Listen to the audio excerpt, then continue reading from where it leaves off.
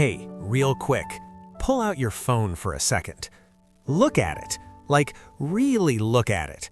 You've got a camera, a GPS, a music player, the entire internet, and a way to call literally anyone on the planet, all crammed into something that fits in your pocket.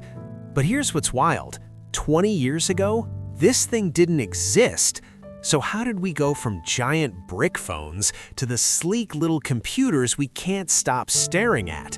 That's exactly what we're getting into today. Let's go.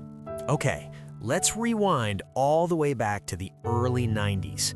Cell phones existed, but they were basically just phones. That's it. You could make calls, maybe send a text if you were feeling fancy. And they were huge. We're talking brick-sized, heavy, and honestly kind of embarrassing to carry around. But then something started shifting. Companies began asking, what if phones could do more? In 1994, IBM came out with something called the Simon Personal Communicator. And this thing was actually ahead of its time.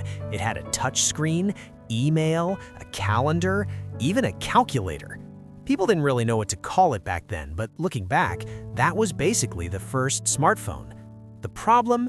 It cost around $900. The battery lasted maybe an hour, and most people had no idea what to do with it, so it didn't exactly take off. But the idea was planted. Fast forward to the late 90s and early 2000s, and Nokia was everywhere. If you grew up in that era, you probably remember the Nokia 3310. Basically indestructible, had Snake on it, and your parents definitely owned one. Nokia was the top dog, and they dominated the mobile phone market like crazy. But then came BlackBerry. BlackBerry came in and said, hey, business people, what if you could get your emails on your phone? And that was a game changer for corporate folks. CEOs, lawyers, Wall Street types, everyone had a BlackBerry. They called it the Crackberry because people were addicted to it. So, by the mid-2000s, you had Nokia ruling the consumer market and BlackBerry owning the business world. And then, one guy walked onto a stage and changed everything. January 9th, 2007. Steve Jobs walks out in his classic black turtleneck and jeans, and he says, and I'm not exaggerating, he says, every once in a while, a revolutionary product comes along that changes everything. And then he introduced the iPhone. No physical keyboard, just a big, beautiful glass touchscreen. It had a music player, the internet, and a phone all in one. The crowd went nuts.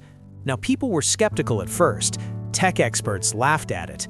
One Microsoft executive literally said it would never work because it didn't have a keyboard.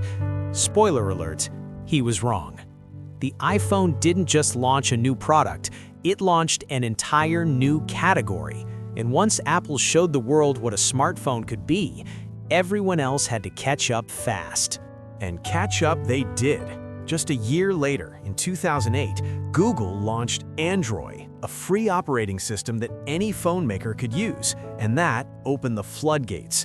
HTC, Samsung, Motorola, they all started building Android phones, each trying to one-up Apple with bigger screens, better cameras, and lower prices. This competition was actually great for us as consumers. Prices dropped, features improved, and suddenly smartphones weren't just for tech nerds or rich people, they were for everyone. Samsung in particular went all in. They launched the Galaxy series and quickly became Apple's biggest rival. The iPhone versus Android debate? Yeah, that started right here, and it's still going strong today. But here's the thing. It wasn't just the hardware that changed everything. It was the apps. In 2008, Apple launched the App Store. Google followed with the Play Store. And now suddenly, anyone, a teenager in a garage, a startup in Silicon Valley, could build something and put it right in your pocket.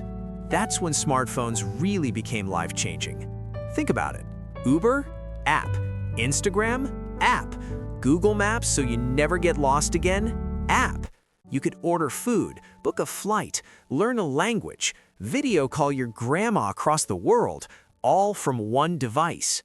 By 2012, more than 1 billion people owned a smartphone. 1 billion! And we've only kept pushing since then. Facial recognition, 5G, AI built right into your phone, cameras that rival professional equipment, foldable screens that literally fold in half. The smartphone went from a luxury to a lifeline, and honestly, most of us can't imagine a day without it.